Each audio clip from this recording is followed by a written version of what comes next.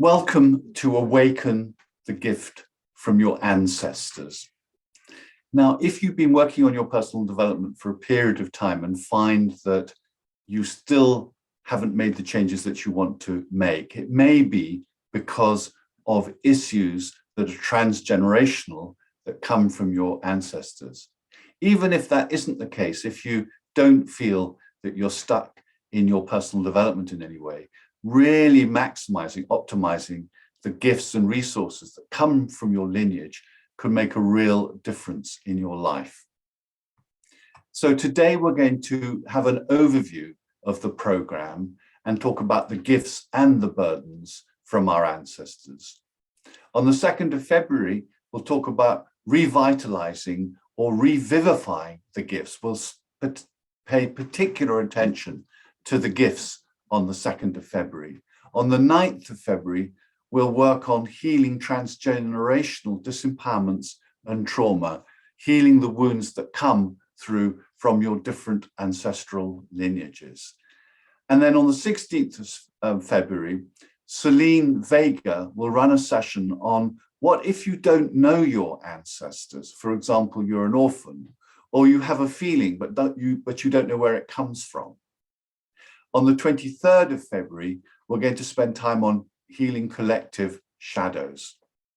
And these collective shadows, cultural shadows, include patriarchy, the male dominance in our society and how that's affected women, racism, the myth of white supremacy, homophobia, the class system, and other collective shadows that we'll come to during that time. So you're not only affected by your own life, but you're affected by the culture of the society that you're brought up in, and whether that culture supports you in feeling empowered, or it makes you feel disempowered, and you may have some combination of both empowerment from the culture that you live in and also disempowerment from the culture that you live in. On the 2nd of March, we're going to do the final session, which is entitled Invigorate the Gifts, Transform the Wounds. We're going to bring it all together. Now, there are 3 important things to be aware of right at the beginning. The first is that we have both gifts from our ancestors and wounds. And I know some people who only remember the gifts from their ancestors, and other people who don't even want to look at their ancestors because they came out of poverty, they came out of a difficult background, they're upwardly mobile, they're trying to recover from their ancestry.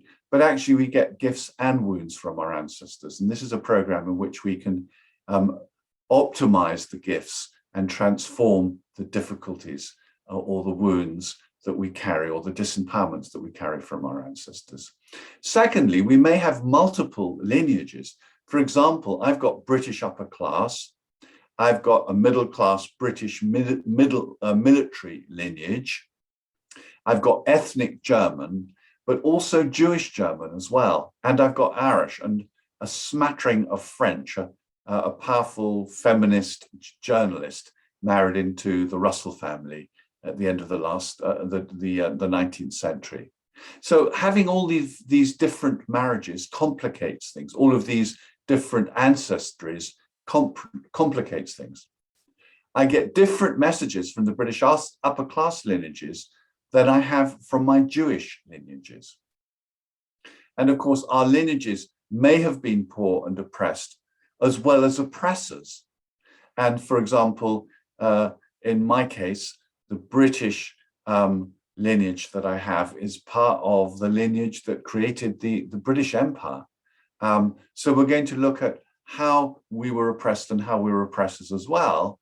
And also, I particularly, because of my own history, want to look at what it's cost me as a man to be a part of that British imperial lineage, or to have those forebears before me. So we're going to look at this at an individual level, and then later in the program, individual level in terms of your own personal ancestors, but we're also going to look at the culture of the ancestors that your ancestors lived in, and how that culture, how those societies affected who it is that you are today. So not only do we have the direct influence of our ancestors, but we also have the influence of the cultures that we were in. And so, of course, I've got a lot of really great stuff from coming from a liberal, well-educated, upper-class British family, and we helped women get votes, we're very sort of tolerant, very open-minded, but the British upper classes were also oppressors and ran the British Empire. I don't know much about that side of my family. I don't know, for example, I intend to do some research on it, whether or not my family was slave owners. You can't tell. I don't know. But the whole of British culture, the wealth that Britain has compared to other countries, a lot of that is due to the money that came through slave ownership. And so, so many of our cities and so many of our ports are places that became affluent through the ownership of slaves. So on the one hand, I've got, some really great gifts from that branch of my family. And on the other hand, they were oppressors too. The British Empire was an oppressive regime. You invade people's countries and make them speak your language and do what it is that live the lifestyle that you want them to live, and in the hierarchy that you have decided upon. And so it's really interesting having those different sides to that branch of my family, both the gifts from that branch, and also the fact that they were a part of the oppressors of the British Empire. I'm using that word intentionally, by the way. But there's another feature. I just want to mention this to you because it may affect some others of you as well, which is that even being an oppressor has a cost. I carry stuff in my body. I have levels of disassociation that come from being taught that little boys don't cry, that when the going gets tough, the tough get going. The school, I went to an English public school, and it's quite a sad, really a sad thing. In the school chapel, I went to one of the best public schools. In the school chapel, there is a list of all the boys who were killed in the First World War. And so at 17 years old, they would join the army. Because they were from the upper classes, they became very junior officers. And you had these 17-year-old boys in the First World War whose job it was to lead the troops over the trenches across the battlefield. And because the older, wiser men who knew about death and who knew about how risky it was would feel too ashamed if they didn't follow them out of the trench across no man's land. And the life expectancy of the boys in my school was 6 weeks once they got to the battlefield. That was the life expectancy. So, so there are three elements just in that one branch of my family. There are three elements, the gifts of intellectual openness and liberal attitude and education, being a part of an oppressive institution in the empire, and also what it took for us to be those sorts of people who could go and win wars or run countries or do all of those sorts of things. And all of that is carried in my body. And then, and I haven't talked about the Irish side of my family, or the more middle class military people, or the French side, or the German side, or the Jewish side. All of that is added on top of that. So one of the things that I get is, and many of you will be, have multi lineages like that. Many of you will have different influences like that. One of the things that's really important right from the outset is to take this exploration very slowly. So, in trauma work, they call it titration, which is, drop by drop. I think that's quite a sort of medical word. So my strong recommendation, we'll talk more about this, is that we do it sip by sip. And the basic outline of the course is we're going to spend a lot of time in this session and the next session looking at the gifts.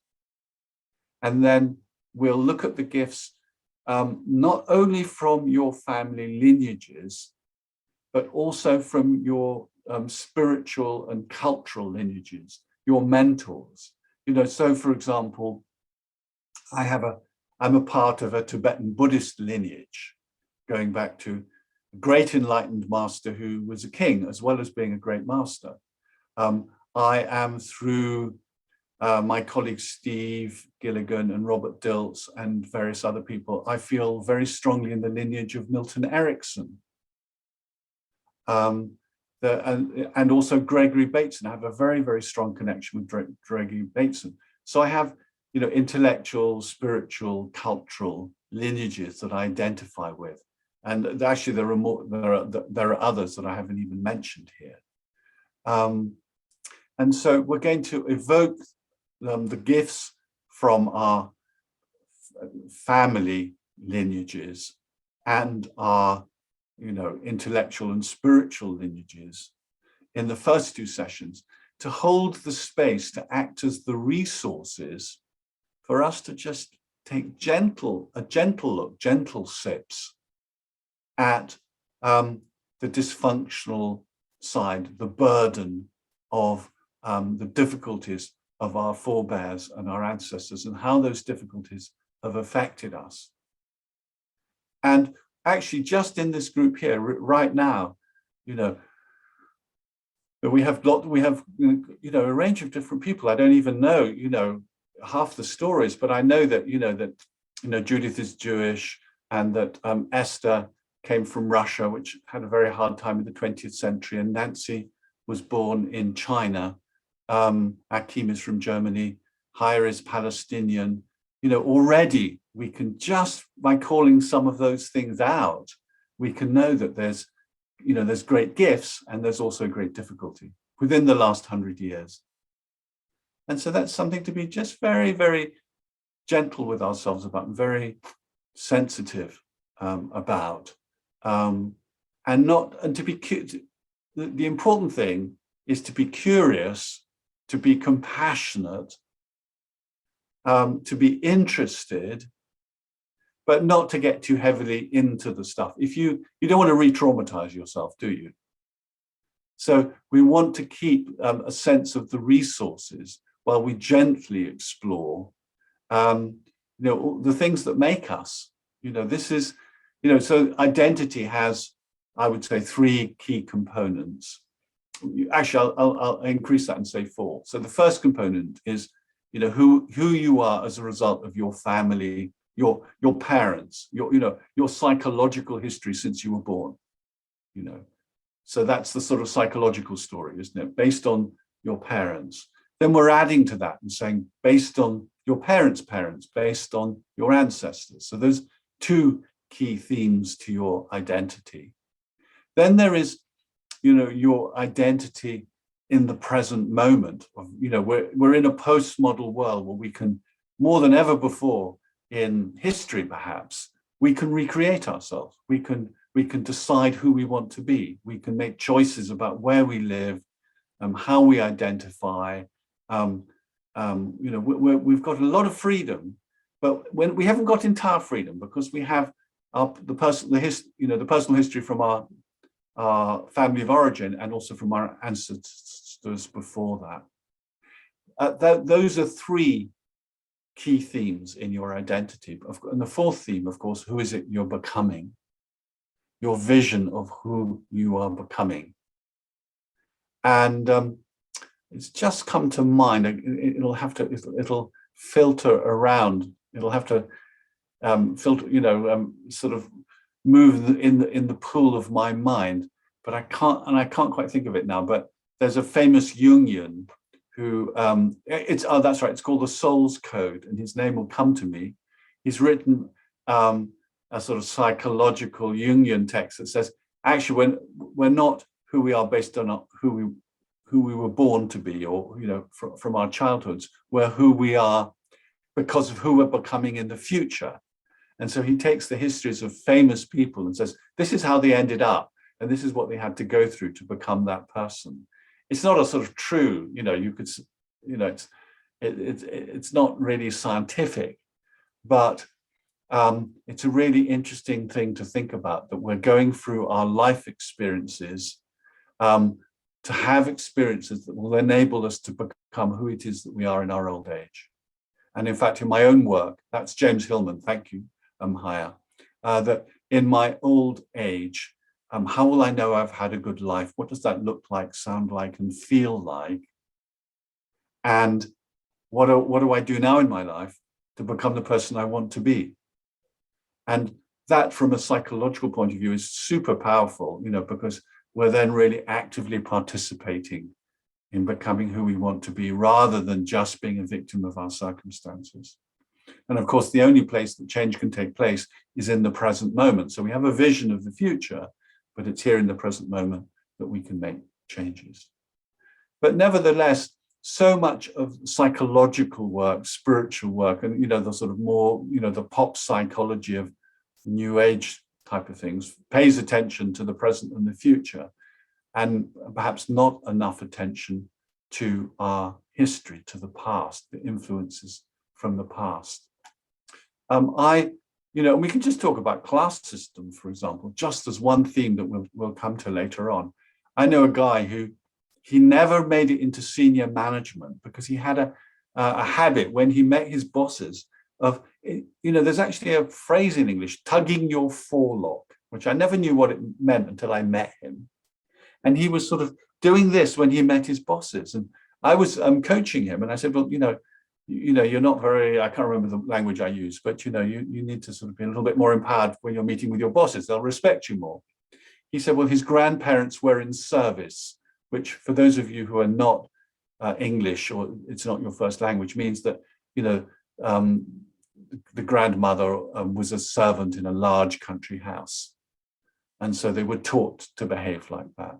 And before those large country houses with people in service, were still around to quite a large degree until the end of the Second World War. So there will be all of those influences. But we're going to start, as I've said in the first two sessions, focusing on the gifts, and then we'll use the gifts to hold the difficulty. So I think those are the main things. In terms of safety, so one thing I just need to say is that this is psychoeducation, not psychotherapy. If you've got big trauma that is going to sort of burst out upon you, this is not the place to be, because we haven't got sufficient holding. We haven't got the support systems here to support you. So that's why I really need you to, during these sessions, to self-manage well. And we will do ask some questions later on about, how much trauma is there and how close to it do I want to go, and should I go? Because I think it's useful to identify that there's some trauma that needs to be dealt with. And that would be a good use of this program, but you're not going to go and sort out, severe trauma during this program. This is not the space to do that. But to identify it and say, actually, I will go and see, someone who works with trauma. And of course, one of the best modalities at the moment for dealing with trauma is something called somatic experiencing, which is about very, very slowly, with this titration, by sipping in very small amounts, beginning to feel it into your body without getting overwhelmed, and learning that you can just taste it, have enough of a taste, and back out again without having to disassociate. And what happens in traumatic situations, the best choice in traumatic situations is often to disassociate. But then you walk around for the rest of your life not having any feelings, and not knowing where your feelings are, and not finding it hard to relate to people because you're disassociated. But if you want to come back into your body and feel more, then you need to do it gently, carefully, one little taste at a time, in a way that keeps you safe.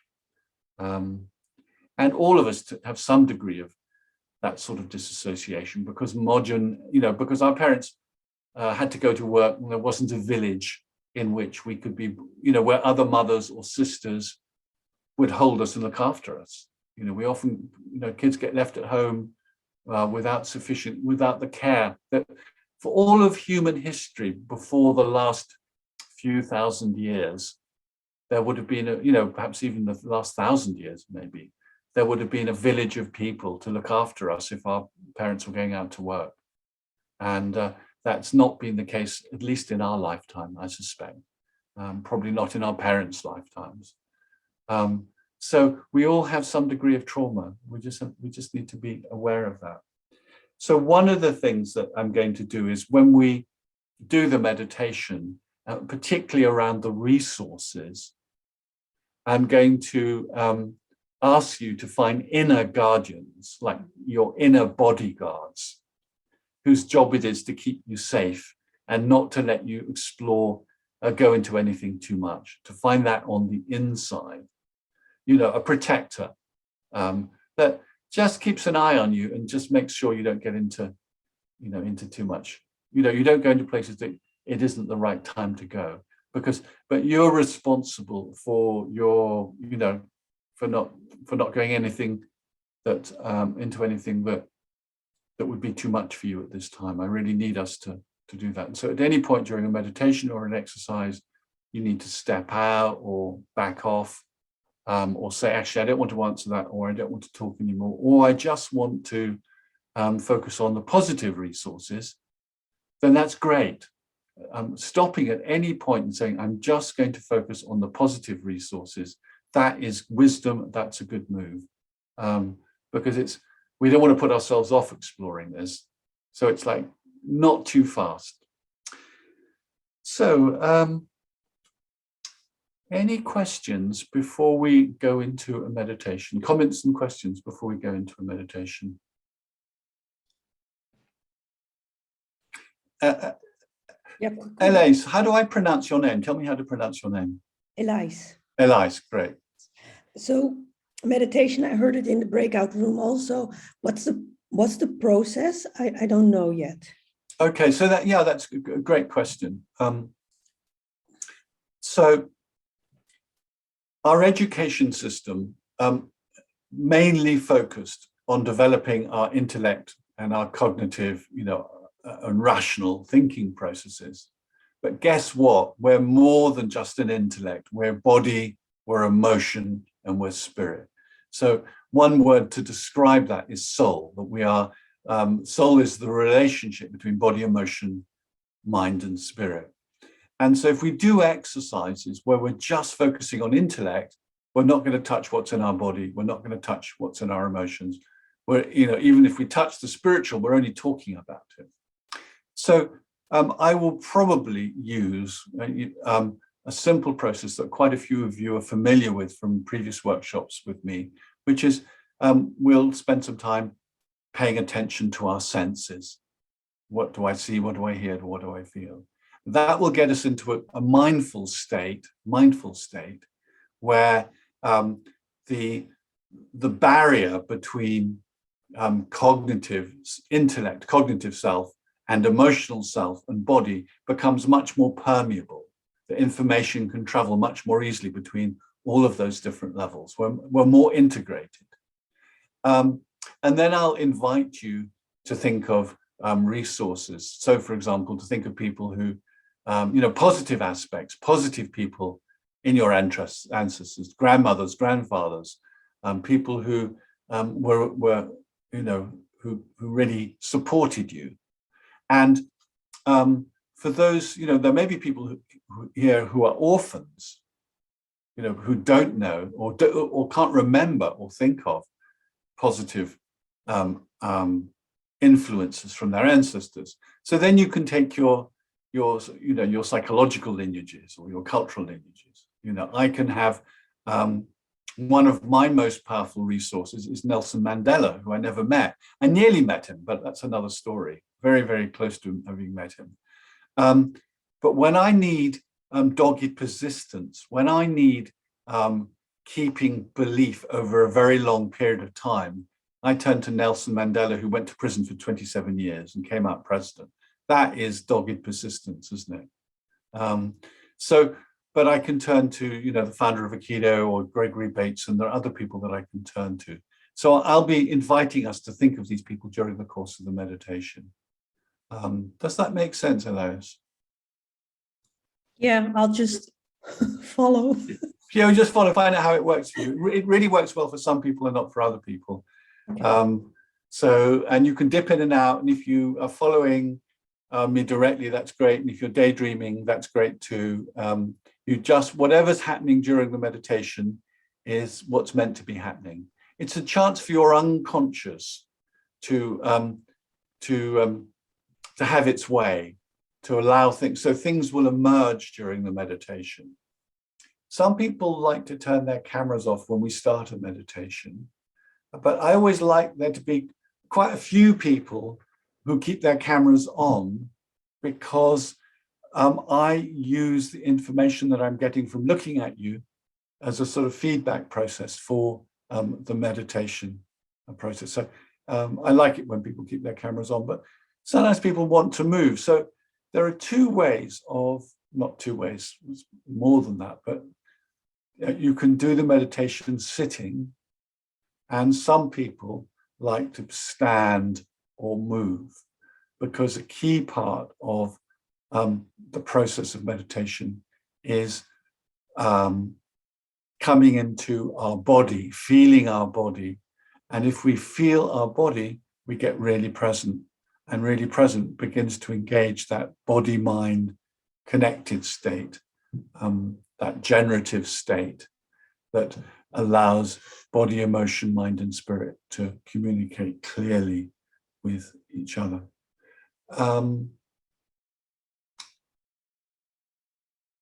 So it's great to make yourself comfortable. And one tip, if you're sitting, is to find a way where gravity is supporting you. So you want to make sure that your arms are rested, that any place in your body where you're having to use muscle to support yourself, if possible, for that to be relaxed, or to find a way to sit that lets yourself feel comfortable in that sort of way.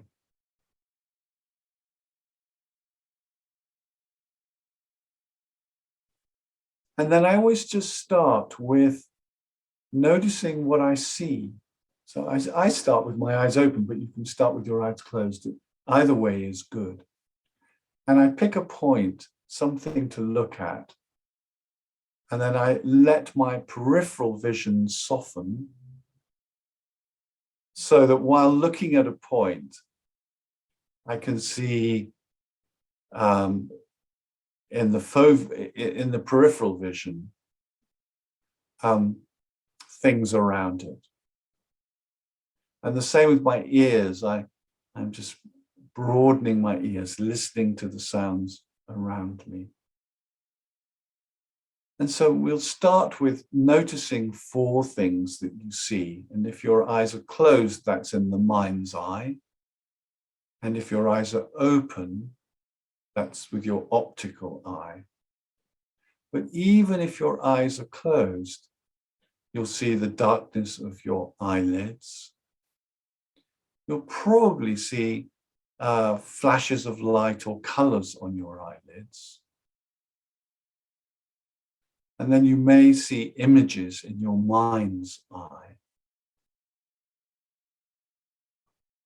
And just spend a little bit of time paying attention to that.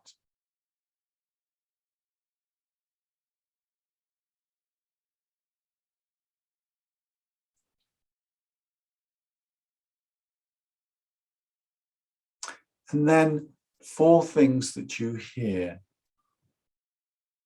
And I always have a little ritual, which is I listen to sounds outside the house, if I can hear anything. And silence is a sound too. Then I listen for sounds in the house.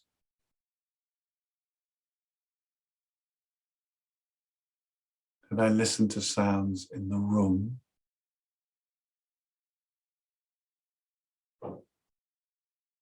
Then I listen for sounds in my body.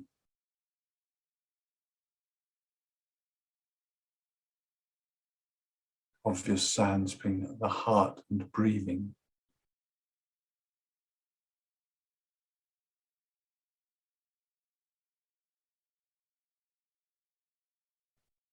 And then I listen to my internal dialogue, to my inner voice.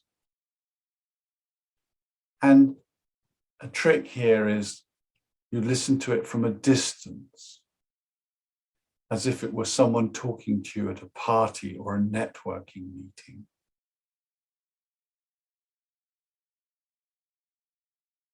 And you're curious about what it says, but it's only one of the voices in, that you have different channels that you play at different times.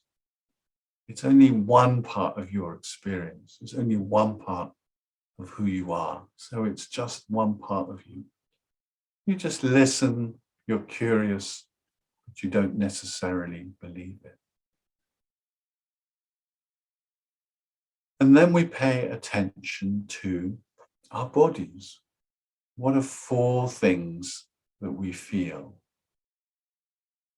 And again, it's really helpful to pay attention to one place on your skin. It could be clothing against your skin,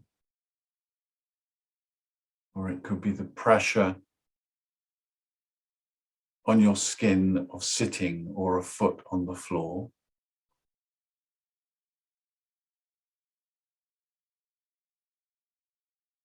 Or it could simply be air temperature on your skin. And then paying attention to a muscle.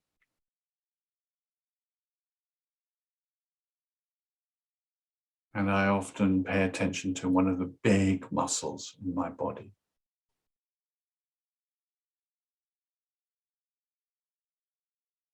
But on another occasion, I might experiment with paying attention to a small muscle that I hadn't really noticed before.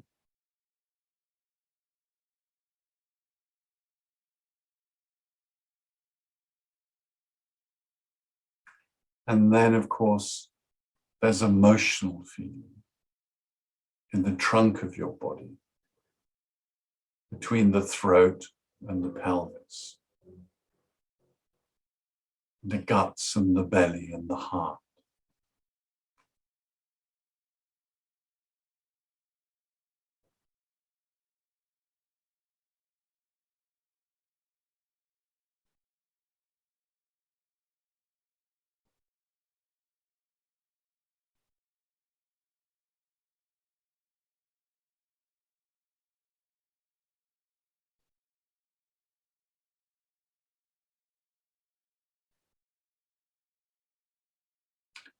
And then we can pay attention to 3 things that we see.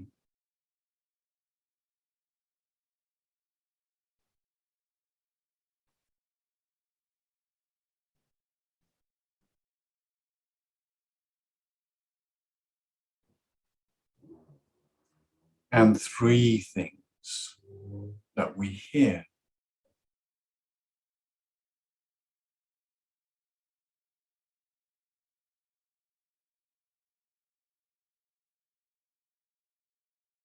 And 3 different things that we feel.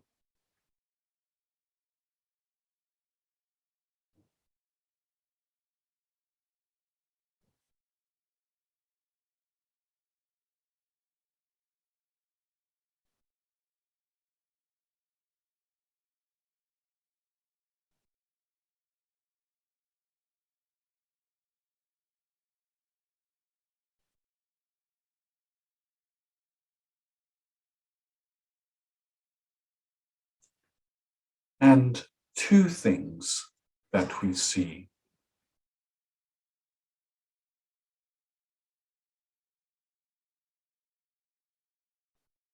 Two things that we hear.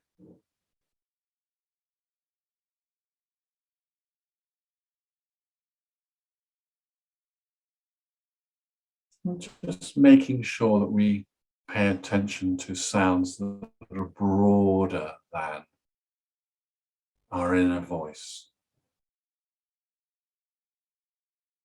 Distant sounds help us have a different sense of self. Distant sounds draw our attention to how broad awareness is.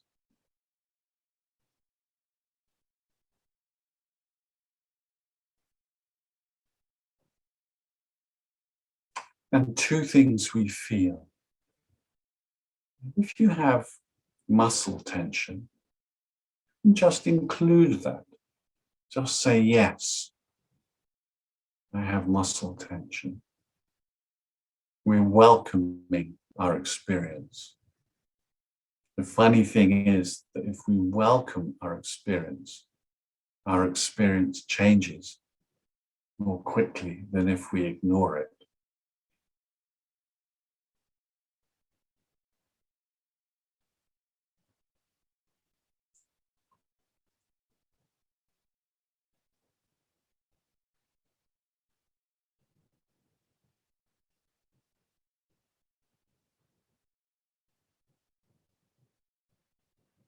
One thing we see,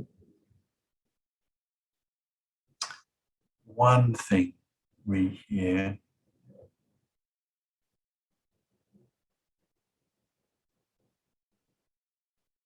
one thing we feel.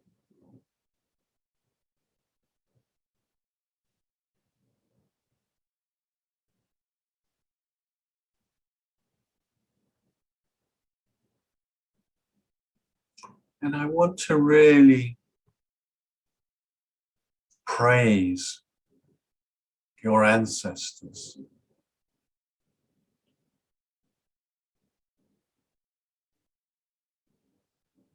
Because we're a very lucky group of people to even have the education and the facilities to be here today in this online group with each other. Our ancestors have made it possible for us to explore these topics. And so, allow to come to mind, imagine, think of those ancestors that you have, those lineages that you have that have given you a good education, that have supported you getting that education, that have helped you become the resourceful, experienced,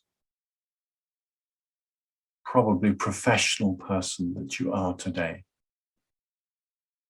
To really pay attention to those supportive elements of your ancestry.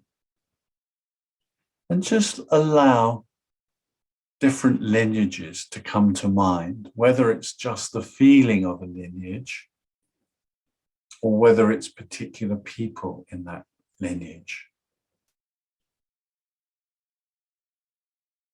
And this can take some time. So today we're just going to overview it a little bit. Because of course, you have two parents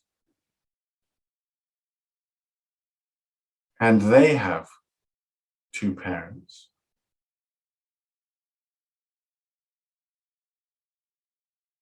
That's four. And then of course there are 8 grandparents, each carrying a line. And if your ancestry is very homogeneous, the people are from the same culture, it can be a little bit easier.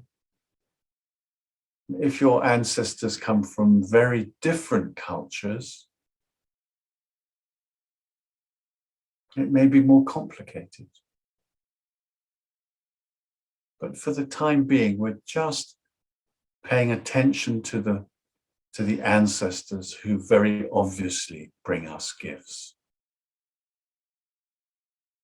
And sometimes a little reframing might be needed.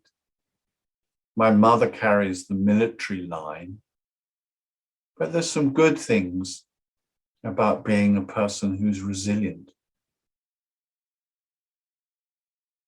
And that's the part that I'm paying attention to today.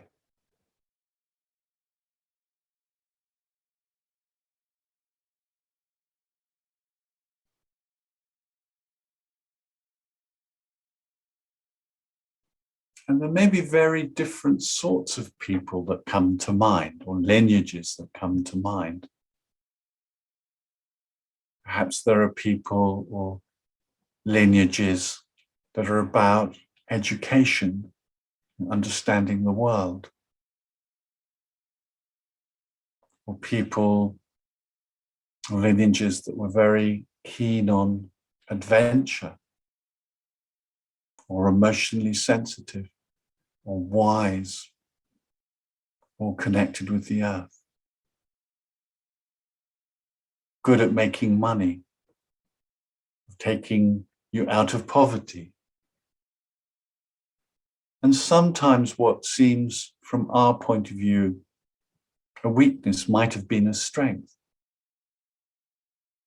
Someone who works really ruthlessly hard to take a family out of extreme poverty should be respected, even when once a person is rich, it may not be the most useful attribute anymore.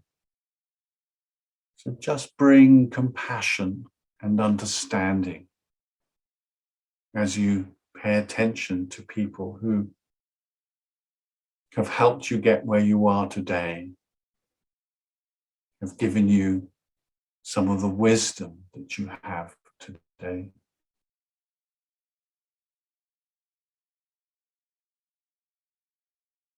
Have brought you psychological and emotional resources.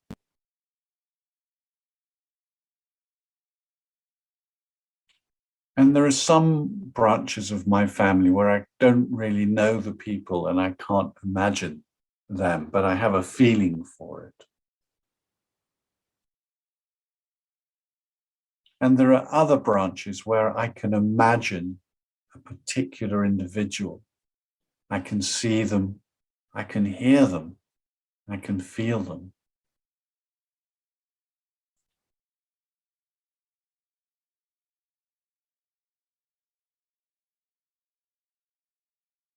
And it doesn't matter which you do, just be curious about what arises for you from your unconscious. I think of it as being like sitting by a campfire on a warm, starlit night in nature at some holiday location, when you can just sit and talk and figures come to the campfire out of the unconscious to be with you.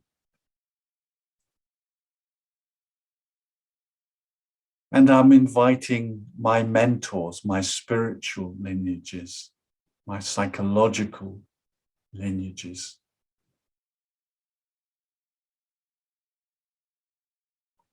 the people I admire, in whose footsteps I follow, to join me as well. Some of them may be living, actually, living mentors, teachers, guides. Some may be ones who have passed over.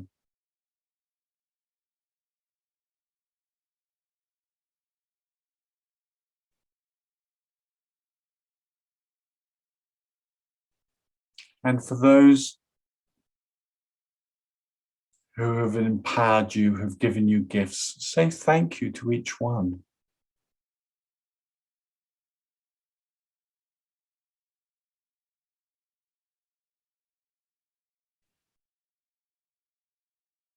From an ancestral point of view, there might be people who you say, oh, that was, what you gave me was difficult, but you actually brought me to safety.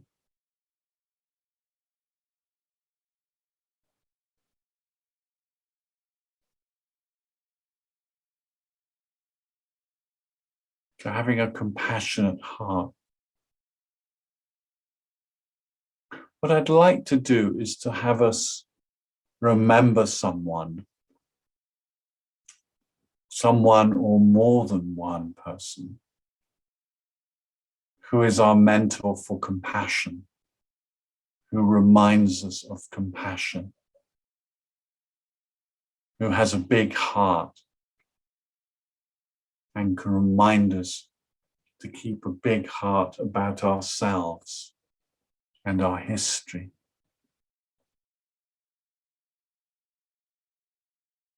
Of course, we could be calling in spiritual lineages.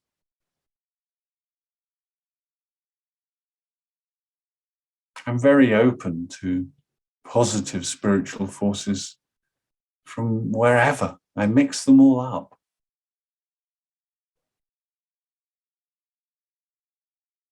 Mother Earth, great saints, Buddhas, Old Testament figures and New Testament figures.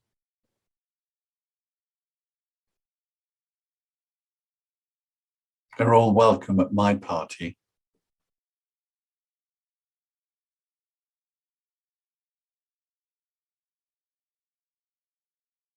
Perhaps I should say at my gathering.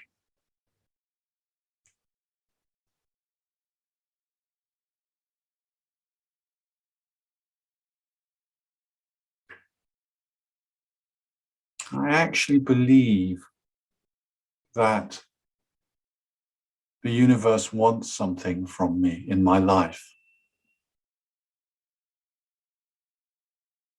And I invite that archetype, lineage, energy form to be present as well, the one that's encouraging me to have the life that I'm meant to have, however that appears for you. A supporter.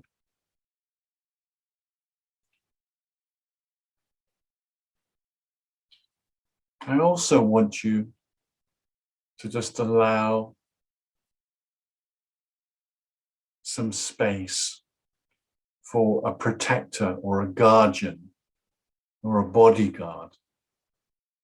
It's more like a psychological protector to appear, who will make you sure that you don't go into ancestral realms that are too uncomfortable. You don't go to places where there's too much difficult feeling, that you can just go to the edge of them, perhaps taste them a little, but they stop you going in too much. The guardian that understands that being able to feel safe and taste just a little of the poison is a way of transforming the poison. But many visits to difficult places, just a little, is a way of healing that is respectful to you as an organism, that is compassionate to yourself. That if healing needs to take place over a long period of time, all well and good, but let's keep safe. So a guardian who keeps us safe in that way, that taps us on the shoulder and says enough if we go into something that's a little bit too dark or difficult or painful, or holds our hand and takes us back to the circle of resources.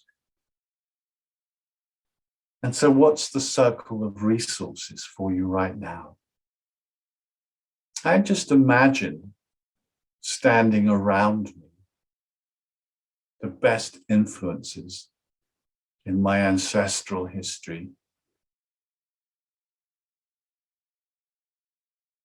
particular characters, but also the feeling of particular lineages.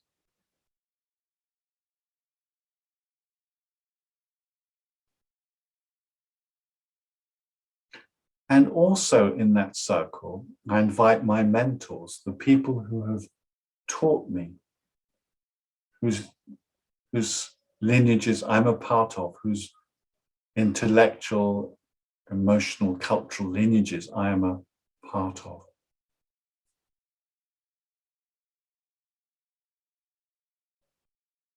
And in my circle of resources, I also have all the different spiritual archetypes, forces that really support me.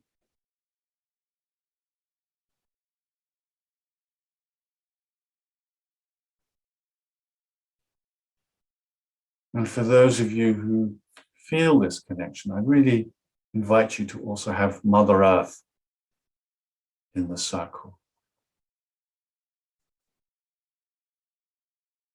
She's a bridge between the spiritual and the physical, the biosphere.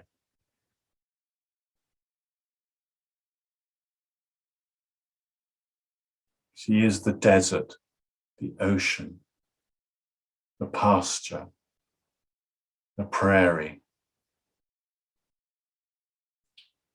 the tundra, the great cornfields, the forests, the oceans.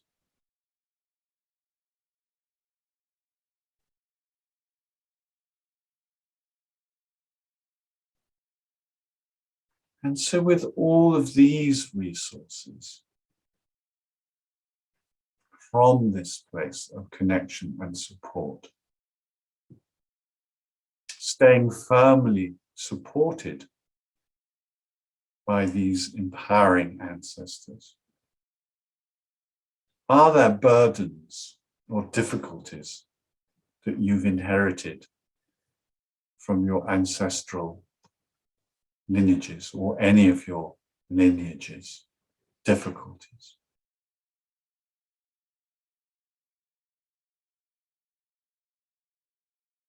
And just bring compassion to them. Stay connected with the resources and bring compassion to those lineages of suffering that may have come before you. And as you do that, notice that some of that suffering has come to you in your psychology, in your body as well. Bring compassion both to those ancestors and also to what you've inherited in your body. There's stuff that you carry that has really nothing to do with your life, but the lives before you.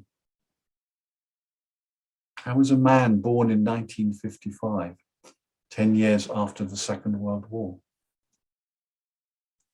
I carry that in my body. And just staying connected with your resources. Just notice, wonder about how much trauma there is that's not processed, not to be processed yet either. But just notice how much of a backlog of old trauma is still there that needs healing. And for some of you, it'll be a lot. There may be trauma for your individual lineage, your own family lineages, but there may be cultural trauma as well. We'll come to that later in the course, just to notice.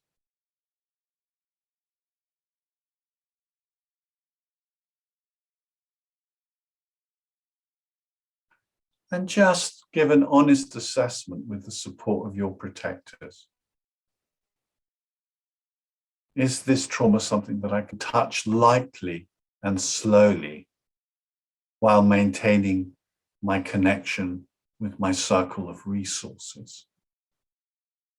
Can I just take one tiny sip at a time, a homeopathic dose, before just returning to my resourcefulness?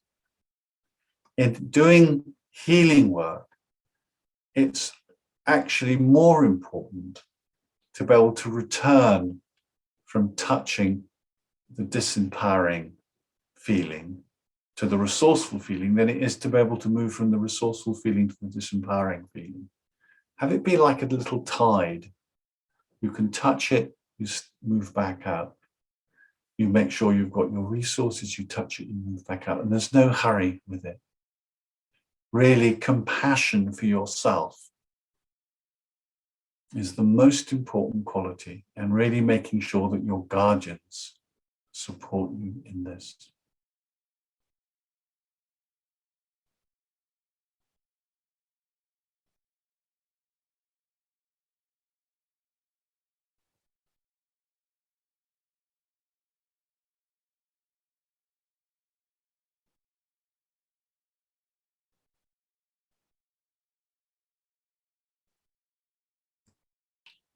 And just learning the practice of staying with the resources, staying with the circle of support, making sure that that energy, that feeling is the strongest.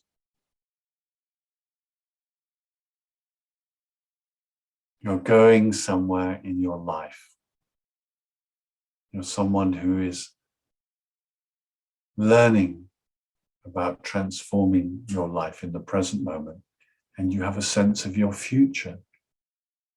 And we're just bringing a little healing to the past, because even a little healing of our past will release us more fully in the future. We don't have to heal everything. Some of it may take a long time to heal. It's in the culture. It's in the collective mind. Nothing can be done about it, but to understand it and not be controlled by it. Or not to be controlled by it to a lesser degree, because we're aware of it. So it may not change, it may not be healed, but you can acknowledge it, you can say, yes, you're here. I get it. I'm compassionate. Yeah, I'm not going to act out of this, because the world is a different place now. My life is a different place now. My future is different to what you knew.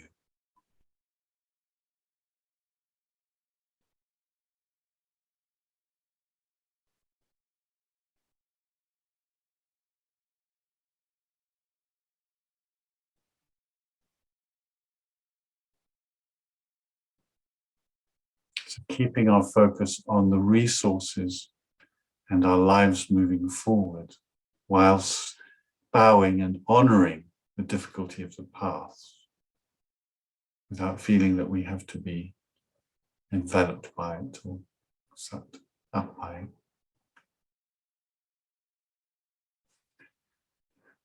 So what I'd like you to do is to just stay connected with yourself and your resources,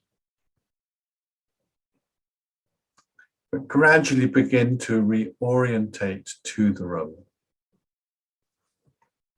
We're going to do an exercise in groups of 3 and 4, but we want to stay really well connected with ourselves when we do it. And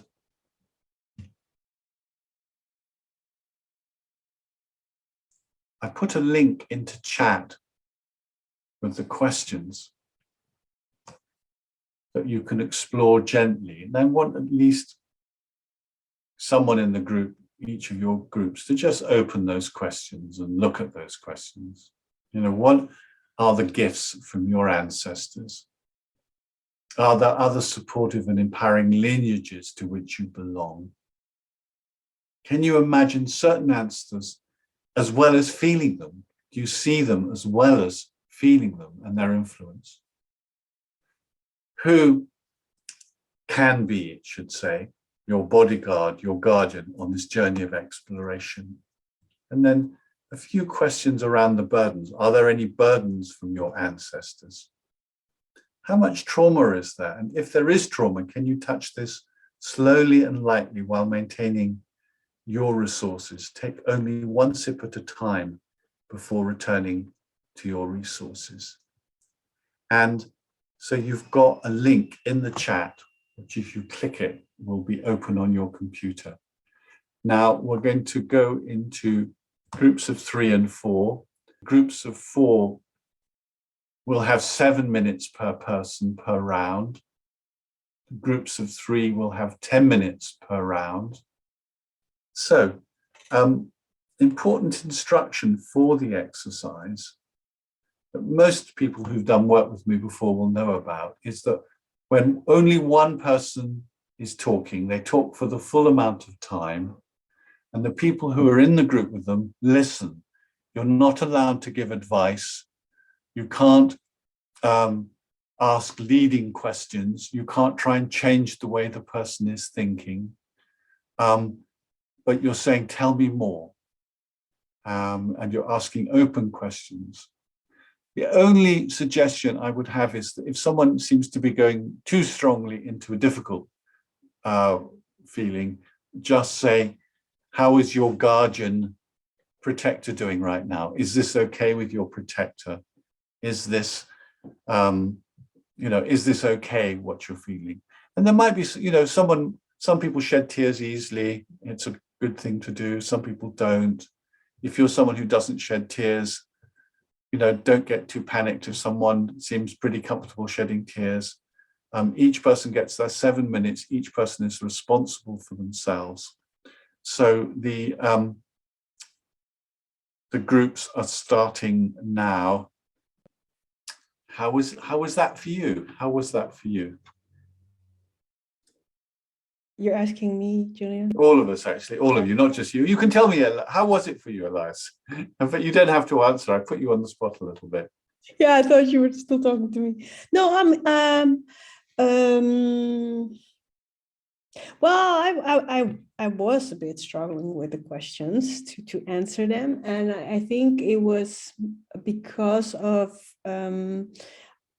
I felt such a more of a connection to my parents and then my grandmother, but not any layer further. Yes. So I felt, like I don't have any recollections, or I feel my ancestors. That was a bit difficult for me, and then to answer those questions. But actually, because of the questions and having to share, like lineage, that part, I actually never considered a couple of things. I just kind of woke up on a certain elements while I was sharing. So that was a big surprise. No, that's great, actually. I mean, that's really the purpose of this. There's a lot of stuff we're not going to be, a lot of this is unconscious. Okay. So therefore, we're not aware of it. But then when we start to talk about it, the family memories will come, feelings will come, ideas will come. I'm actually going to go and do some more research on my family. There's actually some, different members of, family historians. I'd like to find out a bit more about my family. The awful thing is that I had some relatives who lived to a great old age. If I only knew what I knew now, I would have gone and interviewed them with a tape recorder, but I didn't do it. But that's such is life. What else? What are other people's experiences? Alex, if you're here, it'd be great to get your camera on. What are other people's experiences? Great. It was interesting to me. Just the realization that I never thought of my ancestors until it came up in this EMR. And before my mom passed away last year, I know I had some similarity to her mom, whom I've never met in person. Sorry, similarity to who? To my grandmother. Your grandmother, yeah. Who passed in 1964, and by that time I wasn't even born. But that's always been an interesting thing for me. How can I be similar to somebody that I've never met in person? And I'm talking about the way we talk and move, and Yes. So doing this work and just diving a bit deeper, it's more interesting. It's very, very interesting. Yeah. I think there's so much richness, sort of cultural richness, Yes. Such a beautiful thing. Actually, I was at a funeral a while back, a family member. I had this incredibly powerful grandmother who was half German and half Jewish. And at the funeral, there was a woman there who was absolutely identical to her. She was a cousin. Even when she took her sunglasses off, people were actually saying my grandmother's name. This, joking, this must be Maud. And it wasn't Maud at all. It was a cousin. It was quite amazing. Thank you, Haya. What else? What else did you get? And how were you touched? What worked for you? What didn't work for you? Katie, you're on mute. Felt that my parents and my grandparents had a very strong influence on me, and most of it was good. Whereas I think perhaps before my parents died, maybe I didn't always think that. I don't know. No, I think I did, but definitely in my 20s, I didn't think that at all. And I guess that's sort of normal. But yeah, I think of a rich family heritage and ancestor stuff, really. Great. So I feel that's good. Great. Yeah. Lucky you. Yeah, it's lucky. It's great. I probably haven't lived up to what they expected, but no. Oh well, no. You see that now? That's you see, did you hear that? That's possibly an ancestral curse just sitting there. It is just waiting. Yeah. See, one needs to really out those sorts of things, because just to notice them. One of the bedrooms in my childhood had all these pictures of these famous ancestors on the wall, and I used to joke that unless I was a Nobel Prize winner or a president of the United Nations, I wasn't going to be successful. You failed. Exactly. What else? Julian, I noticed that because I was a bit I'm still cross with my dad because he kind of abandoned us really young. I'm not really that interested in going down that. It's interesting. My grandparents had a huge positive impact. Yes. And my mum to a point. When you say your grandparents, which grandparents? Your father's parents? My mum's side. Yeah. That a huge impact, and I can see some of my values and how I am come from them. I did live with them as well when I was in my 15, 16, but a huge impact. But it's interesting. It's something about he never bothered. Why am I going to bother looking into that? Well, you might want to look for curses. I mean, so one's looking for curses and one's looking for gifts. Entrepreneur. I think I've got that, but yeah, it's interesting, isn't it? And there may be some gifts that you didn't know about. So it's sort of it's sort of interesting to know what the influences on us are. Even though, and of course, one of the things you inherited was that for whatever reason he left. I don't know what the reason was, but he left. He was a womanizer, having affairs with everybody. Yeah, everybody and anybody. And my parents were Shakespeare actors, and he was absolutely stunning looking. But as soon as they got married, like you say, the troubles. The troubles started. Yeah. That's how it was in those days, wasn't it? There should be a health warning for Shakespeare actors, because Shakespeare is so dramatic, isn't it? It's sort of like, So anyway, so now we know where you got your good looks from. So thank you. Great. Thank you. What else? Anything difficult or shameful or painful?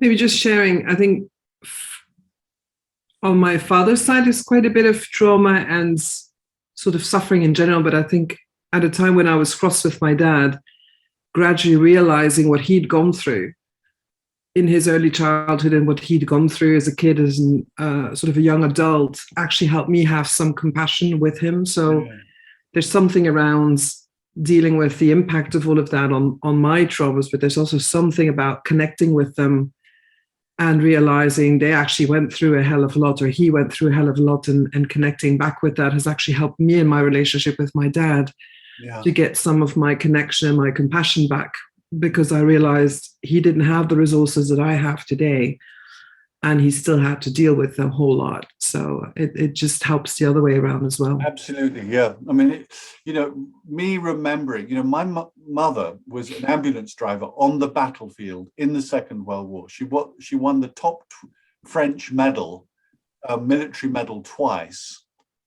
And no wonder she had post-traumatic stress. No wonder she wasn't a great parent. When I think about that, I forgive her for it.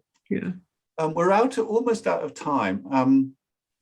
I'm just trying an experiment. I'm quite interested to hear more about your reflections and how this was for you, as partly as input for me for next week. So what I've done is I've just created a WhatsApp group for this 6-week course. And so if you feel like posting in it, you know, what your experience of the meditation, about your ancestors, pictures of your ancestors, anything you want, the link is now in the chat. And then you would just click that link and that will open up the WhatsApp. By the way, folks, if you don't know, in the chat, if you look at the bottom of the chat, there are 3 dots at the bottom of the chat, close to where you would type if you were typing a message on the right-hand side on my screen. It might be somewhere else on your screen. If you click those 3 dots, it's super useful. You can saves the chat to your computer, and a file will open with all the chat on your computer for later, just in case you don't know that.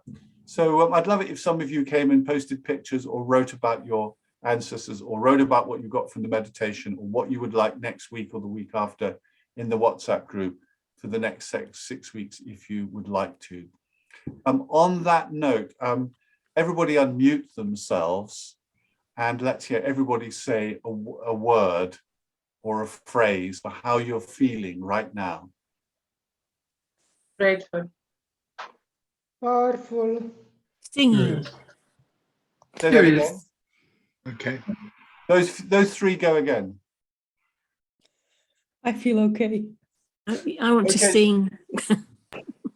Okay, it's not a feeling, but anyway, we'll let Not a feeling. Happy. Content, I guess. Then, or am I using a wrong word? And I'm struggling now. I feel in touch with myself, certainly, at a range of self-reference.